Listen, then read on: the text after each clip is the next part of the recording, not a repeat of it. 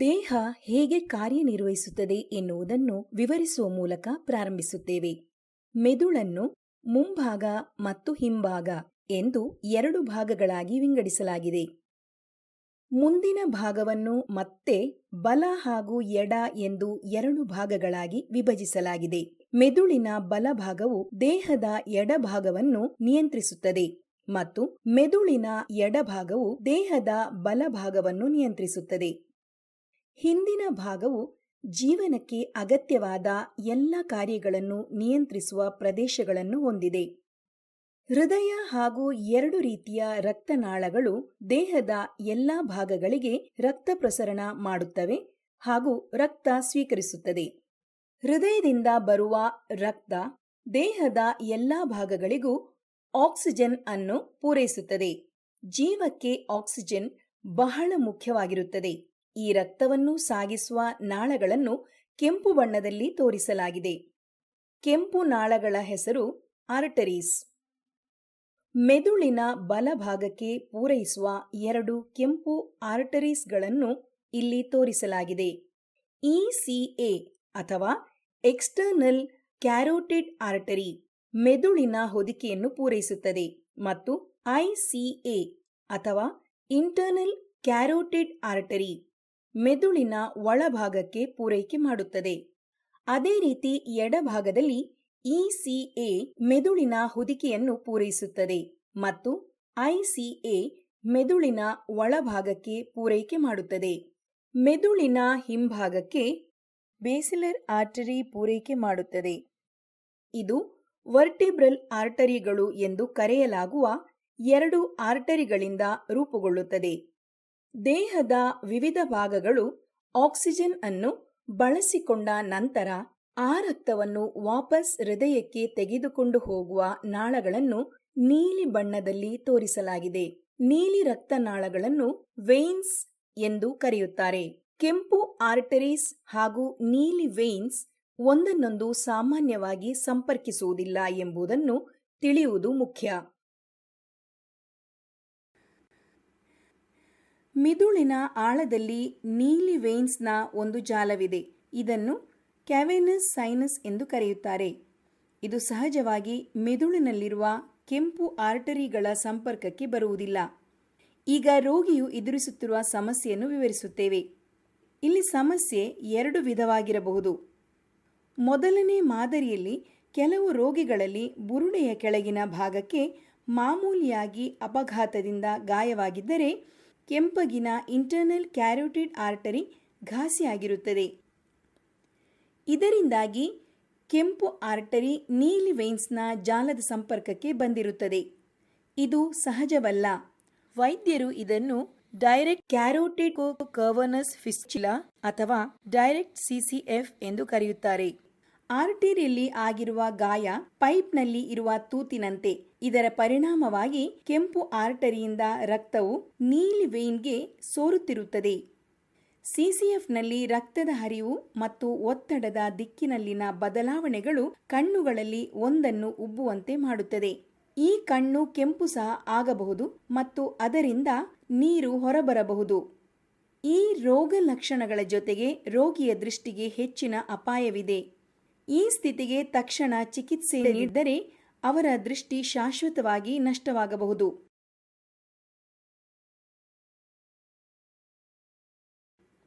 ಎರಡನೇ ವಿಧದಲ್ಲಿ ಬೇರೆ ರೋಗಿಗಳಲ್ಲಿ ಈ ಸಮಸ್ಯೆ ಬುರುಡೆಗೆ ಯಾವುದೇ ರೀತಿಯ ಆಘಾತ ಆಗದೇ ಇದ್ದರೂ ಸಹ ಬರಬಹುದು.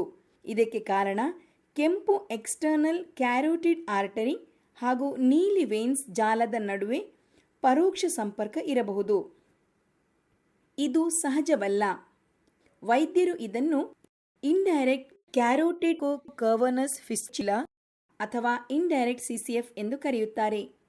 ಇಂಡೈರೆಕ್ಟ್ ಸಿಸಿಎಫ್ನಲ್ಲಿ ರೋಗಿಯ ಕಣ್ಣು ಕೆಂಪಾಗಬಹುದು. ಚಿಕಿತ್ಸೆಯನ್ನು ಪ್ರಾರಂಭಿಸುವ ಮೊದಲು ರೋಗಿಯ ದೃಷ್ಟಿಯ ಸ್ಥಿತಿಯನ್ನು ಪರೀಕ್ಷಿಸುವ ಅಗತ್ಯವಿದೆ. ಈ ಸ್ಥಿತಿಯನ್ನು ಕಂಡುಹಿಡಿಯಲು 3 ಟೆಸ್ಟ್ಗಳನ್ನು ಮಾಡಬಹುದು. ಸಿಟಿ ಸ್ಕ್ಯಾನ್ ಎಂಬುದು ಸಮಸ್ಯೆಯ ಕಾರಣವನ್ನು ಕಂಡುಹಿಡಿಯಲು ಮಾಡಿದ ಮೊದಲ ಟೆಸ್ಟ್. ಸಿಸಿಎಫ್ ರೋಗ ನಿರ್ಧಾರಣೆಗೆ ಮಾರ್ಗದರ್ಶನ ಮಾಡಲು ಸಹಾಯ ಮಾಡುವ ಅಸಹಜತೆಗಳನ್ನು ಪತ್ತೆ ಮಾಡುತ್ತದೆ. MRI ಸ್ಕ್ಯಾನ್ ಯಾವಾಗಲೂ ಅಗತ್ಯವಿರುವುದಿಲ್ಲ. ಆದರೆ ಸಿಟಿ ಸ್ಕ್ಯಾನ್ ಸಾಕಷ್ಟು ಮಾಹಿತಿಯನ್ನು ಒದಗಿಸದಿದ್ದಾಗ ರೋಗಿಯು MRI ಸ್ಕ್ಯಾನ್ಗೆ ಒಳಗಾಗಬೇಕಾಗುತ್ತದೆ. ಇದರಿಂದ ನಾವು ಅವರ ಸ್ಥಿತಿಯ ಬಗ್ಗೆ ಸ್ಪಷ್ಟವಾದ ಮಾಹಿತಿಯನ್ನು ಪಡೆಯಬಹುದು. ಸಿಟಿ ಸ್ಕ್ಯಾನ್ ಮತ್ತು MRI ಸ್ಕ್ಯಾನ್ಗಳ ಆಧಾರದ ಮೇಲೆ CCFನ ಸ್ಥಳವನ್ನು ಹುಡುಕಲು ನಾವು ಆಂಜಿಯೋಗ್ರಾಮ್ ಟೆಸ್ಟ್ನೊಂದಿಗೆ ಮುಂದುವರಿಯುತ್ತೇವೆ. ಆಂಜಿಯೋಗ್ರಾಮ್ ಟೆಸ್ಟ್ಗಾಗಿ ಸೂಜಿಯನ್ನು ಸಾಮಾನ್ಯವಾಗಿ ಬಲಕಾಲಿನ ಆರ್ಟರಿಯಲ್ಲಿ ಚುಚ್ಚಲಾಗುತ್ತದೆ. ಇದರ ಮೂಲಕ ಕ್ಯಾಥೆಟರ್ ಟ್ಯೂಬ್ ಅನ್ನು ದೇಹದ ಆರ್ಟರೀಸ್ ಮೂಲಕ ಮೆದುಳಿನವರೆಗೂ ಕಳುಹಿಸಲಾಗುತ್ತದೆ. ಕಾಂಟ್ರಾಸ್ಟ್ ಎನ್ನುವ ದ್ರವವನ್ನು ಕ್ಯಾಥೆಟರ್ ಟ್ಯೂಬ್ನ ಮೂಲಕ ಮೆದುಳಿನ ಒಳಗೆ ಕಳುಹಿಸಲಾಗುತ್ತದೆ. ಆಂಜಿಯೋಗ್ರಾಮ್ ಟೆಸ್ಟ್ನ ಮೂಲಕ ಮೆದುಳಿನಲ್ಲಿ ಇರುವ ರಕ್ತನಾಳಗಳನ್ನು ಪರೀಕ್ಷಿಸಲು ಸಾಧ್ಯವಾಗುತ್ತದೆ. ನಂತರ ಚಿತ್ರಗಳನ್ನು DSA ಕೋಣೆಯ ಒಳಗಿರುವ ಪರದೆಯ ಮೇಲೆ ತೆಗೆದುಕೊಳ್ಳಲಾಗುತ್ತದೆ. ಈ ಚಿತ್ರಗಳು ಸ್ಥಿತಿಯ ವಿವರಗಳನ್ನು ತೋರಿಸುತ್ತವೆ. ಈಗ ಲಭ್ಯವಿರುವ ಚಿಕಿತ್ಸಾ ಆಯ್ಕೆಗಳನ್ನು ವಿವರಿಸುತ್ತೇವೆ. ಈ ವಿಭಾಗದಲ್ಲಿ ನಾವು ರಕ್ತನಾಳಗಳ ಒಳಗೆ ಚಿಕಿತ್ಸೆಯನ್ನು ಮಾಡುತ್ತೇವೆ. ಈ ರೀತಿಯ ಚಿಕಿತ್ಸೆಗೆ ಎಂಬೊಲೈಸೇಷನ್ ಎಂದು ಹೆಸರು. ಇದಕ್ಕಾಗಿ ನಾವು ರೋಗಿಯ ತಲೆಯನ್ನು ತೆರೆಯುವುದಿಲ್ಲ. ಎಂಬೊಲೈಸೇಷನ್ ಪ್ರಕ್ರಿಯೆ ಕ್ಯಾಥೆಟರ್ ಟ್ಯೂಬ್ನ ಮೂಲಕ ರೋಗಗ್ರಸ್ತ ಪ್ರದೇಶಕ್ಕೆ ರಕ್ತದ ಹರಿವನ್ನು ನಿಲ್ಲಿಸಲು ಔಷಧಿ ಅಥವಾ ಸಂಶ್ಲೇಷಿತ ವಸ್ತುಗಳನ್ನು ರಕ್ತನಾಳದೊಳಗೆ ಇರಿಸುತ್ತದೆ. ಈ ಚಿಕಿತ್ಸೆಯನ್ನು ಆಂಜಿಯೋಗ್ರಾಮ್ ಟೆಸ್ಟ್ನ ಮಾದರಿಯಲ್ಲಿಯೇ ಮಾಡಲಾಗುತ್ತದೆ. ನಾವು ಮತ್ತೊಂದು ಕ್ಯಾಥೆಟರ್ ಟ್ಯೂಬ್ ಅನ್ನು ಆರ್ಟರೀಸ್ ಮೂಲಕ ಮೆದುಳಿನವರೆಗೂ ಹಾಕಿ CCF ಅನ್ನು ತಲುಪಿಸುತ್ತೇವೆ. ನಂತರ ಕಾಯಿಲಿಂಗ್ನ ಮೂಲಕ ಚಿಕಿತ್ಸೆ ನೀಡುತ್ತೇವೆ. ಕಾಯಿಲಿಂಗ್ ಒಂದು ರೀತಿಯ ಎಂಬೊಲೈಸೇಷನ್. ಕಾಯಿಲಿಂಗ್ನಲ್ಲಿ ಅಸಹಜ ಸಂಪರ್ಕವನ್ನು ಸಂಪೂರ್ಣವಾಗಿ ಮೆಚ್ಚುವವರೆಗೆ ನಾವು ಸುರುಳಿಗಳು ಎಂದು ಕರೆಯಲ್ಪಡುವ ಸ್ಪ್ರಿಂಗ್ ತರದ ವಸ್ತುಗಳನ್ನು ಹಾಕುತ್ತೇವೆ. ಇದರ ಮೂಲಕ ನಾವು ಕೆಂಪು ಆರ್ಟರಿ ಮತ್ತು ನೀಲಿ ವೇನ್ ಸಂಪರ್ಕ ಕಡಿತಗೊಳಿಸುತ್ತೇವೆ. ಕೆಲವೊಮ್ಮೆ ಕಾಯಿಲ್ನ ಜೊತೆಗೆ ನಾವು ದಟ್ಟವಾದ ದ್ರವವನ್ನು ಸಹ ಒಳಗೆ ಹಾಕಬೇಕಾಗಿ ಬರಬಹುದು. ಇದರಿಂದ ಕೆಂಪು ಆರ್ಟರಿಯಲ್ಲಿ ಆಗಿರುವ ಗಾಯ ಮುಚ್ಚುತ್ತದೆ. ಒಂದು ಸೆಷನ್ನಲ್ಲಿ CCF ಅನ್ನು ಸಂಪೂರ್ಣವಾಗಿ ಮುಚ್ಚುವುದು ಮುಖ್ಯ.